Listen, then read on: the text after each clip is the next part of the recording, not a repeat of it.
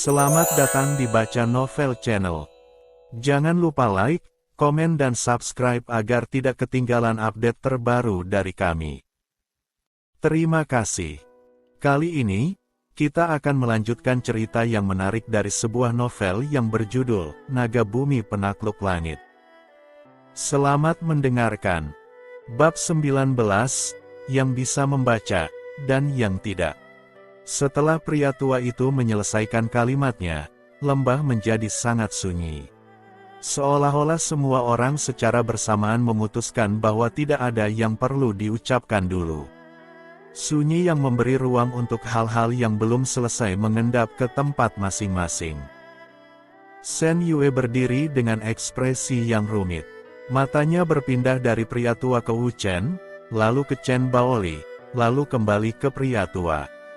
Seperti seseorang yang sedang menghitung seluruh kemungkinan, dan mempertimbangkan segala faktor tak terkendali yang mungkin akan terjadi. Baiklah, katanya akhirnya, satu kata yang mengandung lebih banyak pengertian dari yang terlihat. Kami akan menunggu di sisi utara lembah. Tidak akan mengganggu.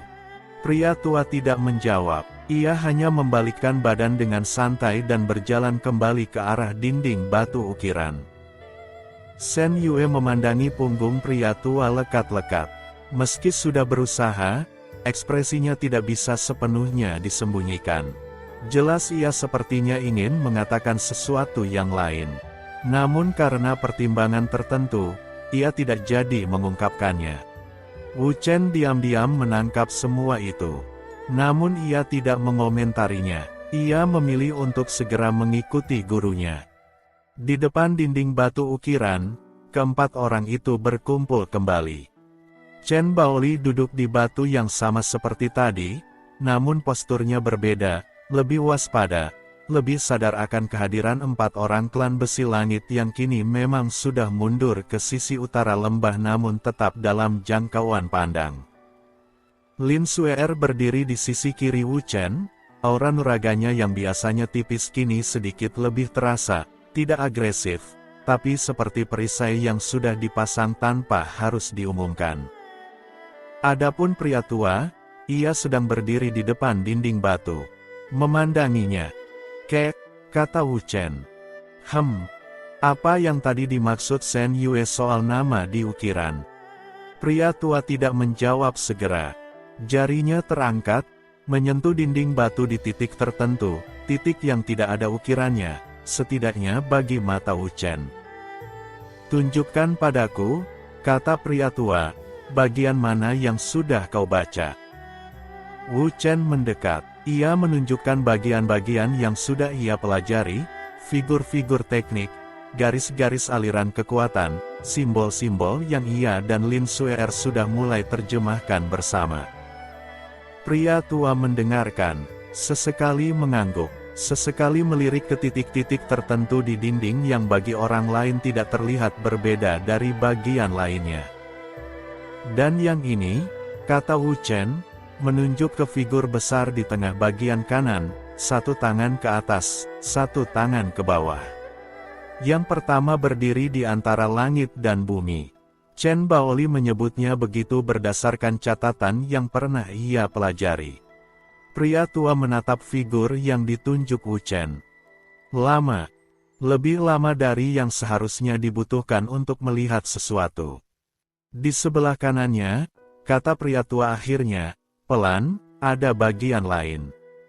Kau belum sampai ke sana. Wu Chen menatapnya. Kau bisa melihatnya. Pertanyaan itu keluar begitu saja, tanpa direncanakan. Dan baru setelah diucapkan, Wu Chen menyadari bahwa pertanyaan itu membawa implikasi yang jauh lebih besar dari sekadar iya atau tidak. Pria tua tidak menjawab langsung. Di belakang mereka, Chen Baoli dan Lin Suer saling pandang. Sekilas, cepat. Namun keduanya menangkap hal yang sama, dan tidak ada satupun dari mereka yang mengucapkan apa yang baru saja mereka pahami. Bab 20. Pria tua itu mendekat. Geser ke kanan, kata pria tua pada Wu Chen. 2 langkah, lalu lihat lagi. Wu Chen melakukan apa yang dikatakan. Ia berdiri 2 langkah ke kanan dari posisi tadi, menghadap ke bagian dinding yang tadi ada di tepi pandangannya. Dan ukiran itu ada. Berbeda dari bagian lain yang sudah ia lihat, yang terdiri dari figur-figur teknik dan garis-garis aliran, bagian ini lebih sederhana secara visual namun terasa lebih berat secara kehadiran. Di sini hanya ada satu figur tunggal yang jauh lebih detail dari figur-figur lain. Dan di bawahnya, tersusun dalam baris yang rapi, serangkaian simbol yang berbeda dari simbol-simbol teknik di bagian lain. Bukan instruksi. Bukan diagram. Ini adalah tulisan. Aku tidak bisa membacanya, kata Wu Chen.